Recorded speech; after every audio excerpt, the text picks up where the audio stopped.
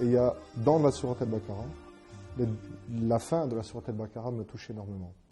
Parce que c'est spécialement aucune âme n'est éprouvée plus que ses capacités. Ce morceau-là, je l'ai vécu parce que j'ai eu un cancer il y a quelques années. Donc j'étais déjà converti, alhamdoulilah, et avec un cheminement qui était mon cheminement, petit à petit. Et puis j'ai eu ce cancer, et ce cancer est la meilleure chose qui me soit arrivée. Pour moi, c'était une marque d'amour. Qu'Allah Azza wa Jal m'a pris dans ses mains, et puis m'a remis. Et ce verset-là me montre une chose, c'est qu'il peut avoir des difficultés, mais ma capacité que Allah Azza wa Jal m'a donnée, en moi ou autour de moi, c'est pour ça que la sourate Al-Asr, avec les autres, j'aurai toujours la capacité d'affronter une difficulté. Même si la difficulté a l'air énorme, c'est une marque d'amour. Je sais que Allah Azza wa Jal m'a promis dans la sourate Al-Baqarah que je vais affronter cette difficulté. Parce qu'aucune âme n'est éprouvée plus que sa capacité. Jamais. Donc, subhanallah, quoi qu'il arrive, j'aurai la paix. لما قعد مع أصحابه قالوا له أنت بعد ما أسلمت الله سبحانه وتعالى ابتلاك بهذا المرض وتقول إن الله سبحانه وتعالى يحبك شوفوا رد بلال عليهم. Et je leur donne un simple exemple. Je leur demande, réfléchissez. On dit qu'une femme, une mère, a cassé le bras de son enfant. Qu'est-ce qu'on va penser?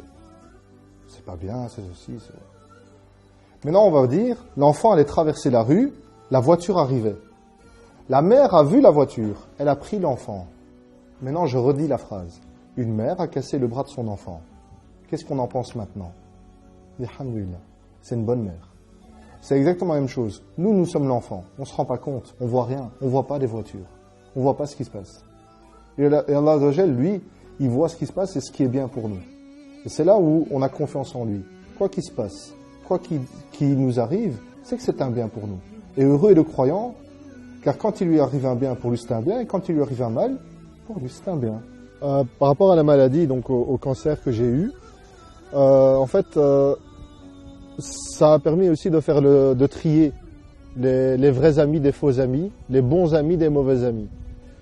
Et donc finalement, ça m'a purifié à l'intérieur de mon corps, ça a purifié, Inch'Allah Azza wa Jal, mon âme, ça a aussi rabaissé mon nefs, et ça a purifié les mauvaises fréquentations.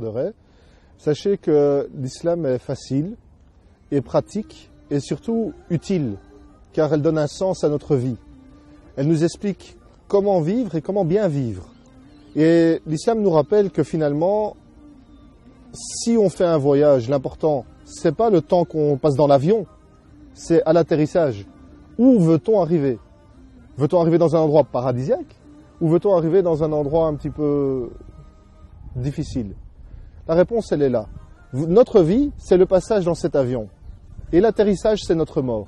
Donc ce n'est pas si grave que ça, la mort, car ça nous ouvre réellement la vraie destination. Le pourquoi on a été créé est tout simplement d'adorer celui qui nous a créés. Alors, honnêtement, si vous réfléchissez un tout petit peu, et si vous avez regardé le programme, ouvrez un Coran et lisez-le. Dans votre langue, lisez-le. Et vous verrez l'effet qu'il aura sur vous. Et Dieu seul sait.